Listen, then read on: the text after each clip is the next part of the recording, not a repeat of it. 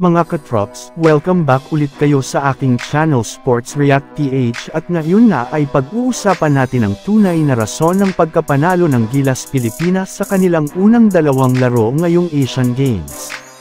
Pag-uusapan na rin nga natin ngayon ang balitang magbabalik na sa Pinas ang NBA at ang balitang pagkuha pa ng Los Angeles Lakers kay Jrue Holiday.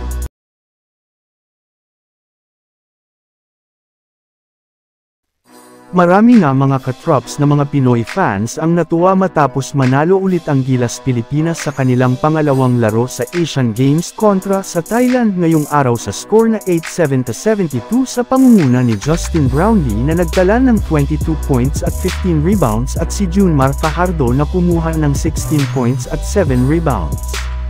Pero sa kabila nga niya ng tunay na dahilan nga daw ng pagkapanalo ng Gilas ay ang magandang chemistry ni Justin Brownlee sa kanyang mga teammates lalong-lalo na sa kanyang head coach na si Coach Tim Cone.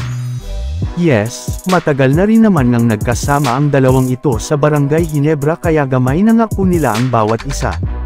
Kaya magiging madali lamang nga para sa kanila na gumawa ng ilang adjustment sa kanilang mga ginagawang play katulad na lamang ng pagpapaganda ng kanilang ball movement na siyang isa sa mga napansin ng mga fans na sobrang nag-improve sa ating Gilas Pilipinas.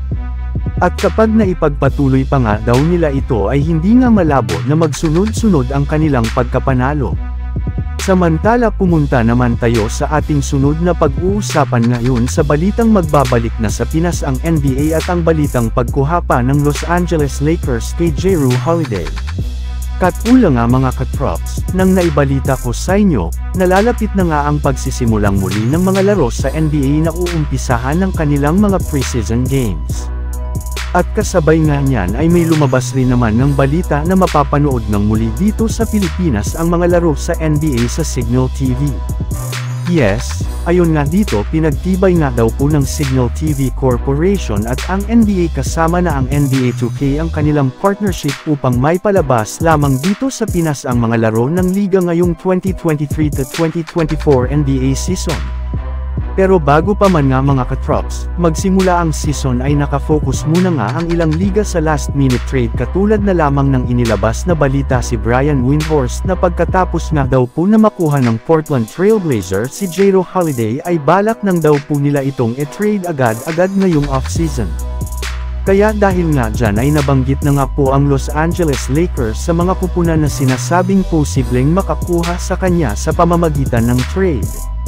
Pero bago pa man nga nila makuha si Holiday ay kailangan muna ngang maghintay ang Lakers ng December 15 gayong dito pa lang nga nila mai-o-offer sa Portland Trail Blazers ang kanilang mga trade assets.